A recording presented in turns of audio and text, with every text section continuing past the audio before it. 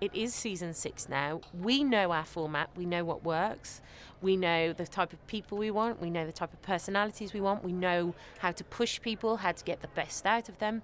And I think also the dancers are very aware of that now too. They know that to just be technically brilliant is not enough. It's just not enough anymore.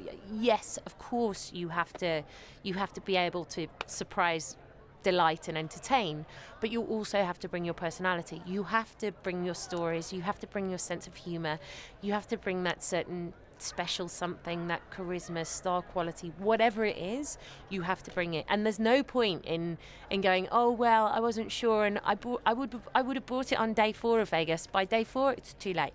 Somebody else has sparkled a little bit more than you did and you shouldn't have held back. And I think that's what people are getting.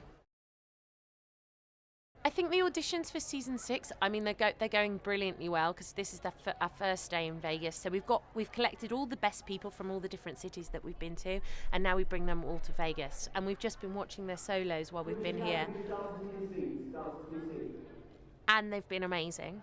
And you know, you can see that the diversity that's there and the different backgrounds of people and different personalities and all those kind of things, the kind of things that we're searching for when we're trying to cast a show, because that's essentially what we're trying to do is, you know, we're trying to really mix it up and put a great cast together. The whole idea behind the show is that it is very much that the American dream is still alive and kicking. And I think it's that idea of you can come from any background, race, religion, colour, creed. As long as you have talent and you have passion and you're prepared to work hard, this is the show for you. And I think that's exactly what the show does. It proves the American dream is still alive and kicking. And I think in a way that other shows don't. I think everybody is really excited about being in the fall. I mean, I have to say, I'm also approaching it with a slight trepidation because it's a very different beast. I mean, we do very, very, very well in the summertime. You know, we have a huge hit show and you know, and critics and fans alike love the show, which is a great thing. You know, to have choreographers and kind of, you know, people within the industry really appreciate the show, and just have your normal everyday man on the street love the show too. So we sit in a really nice niche and we do very, very well, and it's a huge success. So for us to now move into the fall, we're suddenly a bit like, really? Because we were just having a really nice time where we were, you know what I mean? But on the other hand, it is absolutely brilliant. It shows the amount of confidence that Fox have in us, and the fact that they absolutely do believe that we are now an established brand and one that can move forward and grow even more.